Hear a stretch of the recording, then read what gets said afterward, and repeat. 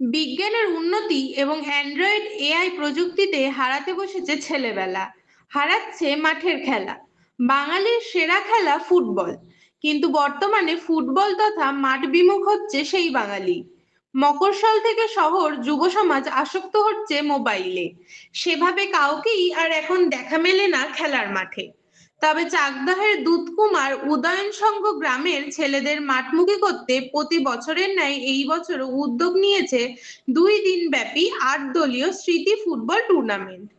উদয় সংঘের সকলেই ফুটবল প্রেমী, যেমন তাপস পাল, আসাদন সরকার, মনোরঞ্জন বিশ্বাস, নারায়ণচন্দ্র মণ্ডল, পূর্ণচরণ সরকার।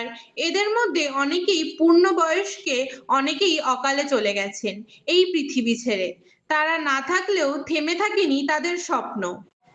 তাই তো উদয়ন সংঘ 8 দলের ফুটবল টুর্নামেন্ট করে তাদের স্মৃতিতে। এই খেলায় উপস্থিত ছিলেন প্রাক্তন ফুটবলাররা, সমাজের বিশিষ্ট গুণীজনেরা। এই খেলার শুভ সূচনা হয় সাংস্কৃতিক নৃত্য ও জাতীয় সঙ্গীতের মাধ্যমে। আজ এই খেলার বিষয় নিয়ে কি বলছেন প্রাক্তন ফুটবলার থেকে বিশিষ্টজনেরা ও ক্লাব কর্তৃপক্ষ শুনে নেব। চাকদাহ থেকে বিশ্বরূপ দাসের প্রতিবেদন, নিউজ স্পষ্ট বার্তা 24। ভারত সরকার অনুমোদিত চাকদহ জাতীয় যুব কম্পিউটার সেন্টার। আমাদের আরও একটি প্রতিষ্ঠান শিমুরালী জাতীয় যুব computer centre, Shimurali Punjab national ব্যাংকের নিচে, শিমুরালী নদিয়া। আমরা এইবার যে খেলাটা করেছি খুব কষ্টদায়ক, বেদনাদায়ক। আমাদের এখানে আমাদের ক্লাবের সক্রিয় সদস্য, খুব অল্প বয়স, আন্ডার 13 এইরকম বয়সের একটা ছেলে তাপস পাল, তিনি প্রয়াত হয়েছেন এবং তার স্মৃতির উদ্দেশ্যে আমাদের এই খেলা। এবং এছাড়াও আমাদের আমাদের সক্রিয় সদস্য সাধন সরকার, তার বাবা প্রয়াত হয়েছেন আসাদন সরকার, তাদের এবং আরও অন্যান্যরা আমাদের এখানে পূর্ণচন্দ্র সরকার, মনোরঞ্জন বিশ্বাস, এদের এবং আমাদের পার্শ্ববর্তী গ্রাম নারায়ণচন্দ্র মণ্ডল, তিনিও খেলা প্রেমিক ছিলেন, প্রয়াত হয়েছেন। এই সকলেরই স্মরণে আমাদের এই আয়োজন। আমাদের শুধু ওই খেলাটা নয়, আমাদের এর সংস্কৃতি, আমাদের গ্রাম ভীষণ দূরে একটা গ্রাম চাকদা শহর থেকে, কিন্তু আমরা এছাড়াও এই প্রতি বছরই আমরা শীতকালে লোক সংস্কৃতি উৎসব করি। এই লোকগান যেগুলো হারিয়ে যাচ্ছে আধুনিক গানের জন্য, আমরা সেটাকে ধরে রাখার চেষ্টা করি এবং আমরা নিজেরা ক্লাবের সদস্যরা আমরা নিজেরা যাত্রা করি, যে যাত্রার মধ্য দিয়ে যে লোকশিক্ষা হয় সেটাকে বাঁচিয়ে রাখার চেষ্টা করি। এবং আমাদের এই পল্লীগীতি, লোকগান, ভাটিয়ালি, আঞ্চলিক যত সঙ্গীত আছে, নৃত্য আছে, সেগুলো আমাদের এখানে মঞ্চের মধ্য দিয়ে আমরা করি। এবং আমার নাম লক্ষণ চন্দ্র, আমি উদয়ন সংঘের সম্পাদক। আপনি একটা সময় বিভিন্ন জায়গায় মাঠে খেলেছেন, বিভিন্ন সময় খেলা, একজন ক্রীড়াপ্রেমী মানুষ। আজকে আপনার উপস্থিতি এইভাবে খেলাটা হচ্ছে স্মৃতি কাপ, কি বলবেন খেলাটাকে নিয়ে? আমরা যখন ছিলাম ছোট সময়, শনি রবিবার কোনোদিনই বাড়িতে থাকতে পারতাম না, এমনকি বাড়িতে লুকিয়ে লুকিয়েও বেরিয়ে যেতে হতো বাড়ির বকাঝকার ভয়ে। আজকে কিন্তু সেই ব্যাপারটা প্রায় হারিয়ে যেতে বসেছে।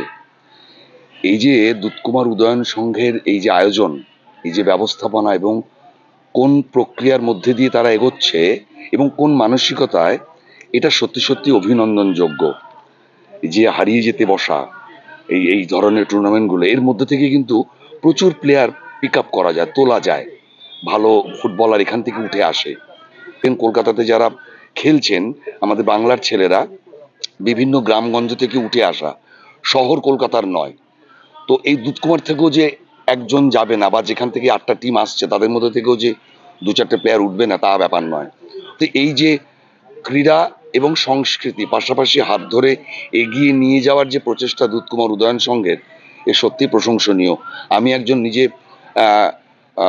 ক্রীড়াপ্রেমী বলুন বা প্রাক্তন ফুটবলার বলুন, বা আমি বর্তমানে সংস্কৃতির সাথে ওতপ্রোতভাবে যুক্ত, যাই বলুন না কেন, আমি এটাকে আমার সেই দৃষ্টিভঙ্গিতেই দেখি যে এরকম দুধকুমার উদয়ন সংঘের মতো প্রত্যেকটা ক্লাবেরই, প্রত্যেকটা সংগঠন তাদের সীমিত ক্ষমতার মধ্যে দিয়ে এগোক এবং এইভাবে খেলোয়াড় তুলুক। কারণ আজকে যদি এই টুর্নামেন্ট শুধু প্লেয়ার পিক আপ করা নয়, এই খেলোয়াড় এই টুর্নামেন্টের মধ্যে দিয়ে ভ্রাতৃত্ব, তার সম্প্রীতি, তার সংহতি দৃঢ় করা যায়। আমার নাম তাপস মজুমদার।